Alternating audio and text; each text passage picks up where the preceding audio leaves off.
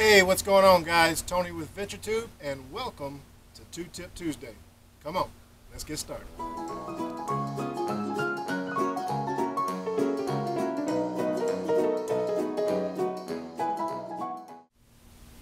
Alright guys, today's tips are going to be about getting hung up. And I'm not talking only about baits, I'm talking about your anchor as well. So I'm going to share with you simple things that can save you a lot of time and frustration. So let's check them out. Alright, so tip number one, the plug knocker. What is a plug knocker? Well, it's a bait retrieval device. So when you get hung up under the water, you can get your bait back. It's especially common among crankbait fishermen because a crankbait is very, very hard once you get hung up to pull out. I want to share with you what I've made. It is not my original design, and here it is. What this is designed to do is to go on your fishing line and slide down the line without damaging the line or causing any harm to it, and knocking the plug or your bait, whatever it is, Texas worm, Texas rig worm, jigs, crankbaits, and just knock it off that limb, and of course you reel your bait in along with this attached to it. So let me get in a little closer and I'll show you what I did here. Again, this is not my original design. I did this after, I kind of modeled it after the bait retriever called the Set Me Free. It's been out there for a while. I think the guy who made it's from Arkansas, but his is a lot cleaner, a lot better made. Well, I wouldn't say that, but it's a nice tool to have. And what's nice about this one, there's no rope required to pull this back in, and you don't need a fishing pole to. You'll see a lot of guys making lure retrievers out of fishing poles, and that's just completely not necessary. And basically what they're using it for is to be able to reel the line back in on their bait retrieval.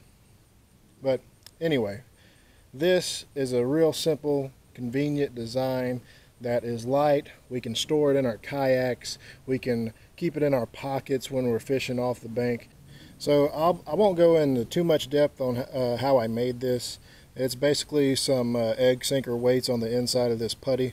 This is a like a JB Weld style putty that I have over it, along with some piano wire that I had excess from making umbrella rigs. So I cut me a couple pieces and bent it in this particular shape, a couple loops on each side, and I'll show you how to get it on the line.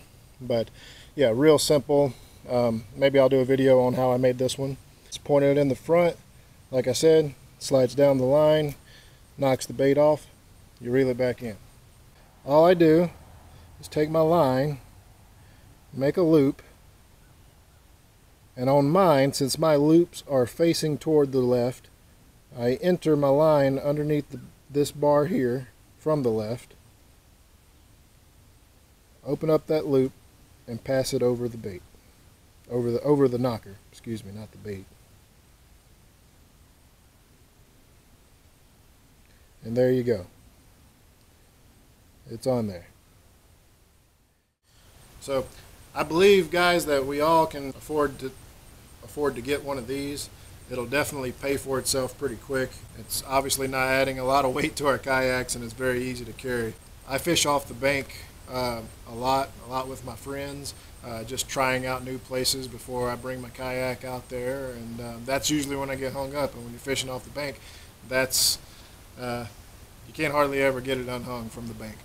And this is something I can carry with me, stick it in my pocket, and it's going to save me a lot of baits, because you always have that one bait that's catching the fish and you get hung up and you lose it, and then what do? This is going to save it. And again, I might post a video on how I made it. I had everything in my garage from leftover materials, so it'd probably be cost beneficial to most of you guys to just go ahead and buy the original maker of one of these things. Like I said, it's called the Set Me Free. So Google it, see if you can find it, and then there's all kind of things you can get.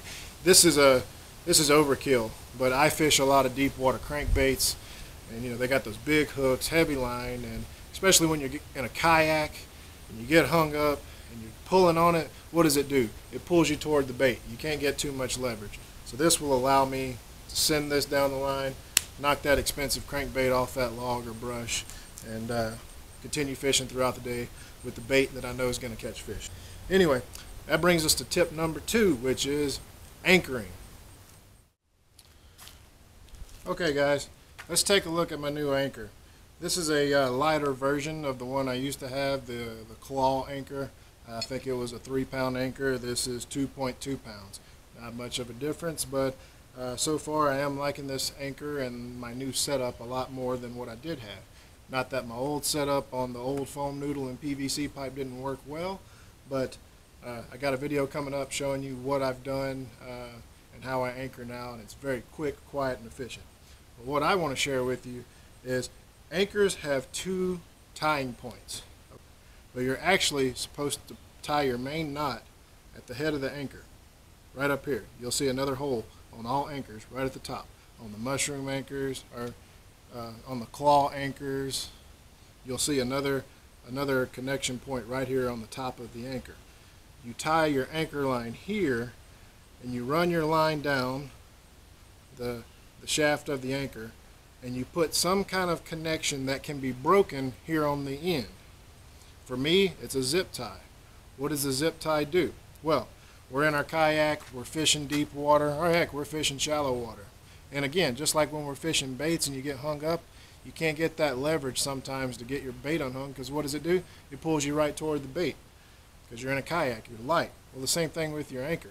Getting an anchor unhung from the water from a kayak can be quite a job sometimes. So with this, that connection here, that zip tie, when it's caught on something, when this anchor is caught under a log and you can't get it, what does that zip tie do? It breaks. What happens when it breaks? Well, now you're pulling from this point. So when this is hung up on the log, all you have to do is simply pull, the zip tie breaks, now you're pulling from the head of the anchor, you'll pull it right out of the brush, stump, or whatever you're hung up on. And another tip, don't forget, whatever you're using as a connection here, don't forget to add more to your kayak. Don't forget to bring some extra zip ties or braided line or fishing, whatever you're using to tie this point. Make sure you got extra in your kayak. I'll try to see if I can break it real quick for you. Okay, so our anchor seems to be caught on a gigantic foot. Let's face it, feet are the #1 thing us anglers get hung up on when we're out there fishing. So what we want to do is when we give that cord a real tight pull, let's see if it breaks that zip tie. Look at that. So now where am I pulling from? The head. Alright. Works like a charm. That's how it works. That's what's going to save you time. That's what's going to save you an anchor. Like I said, just make sure you bring more zip ties.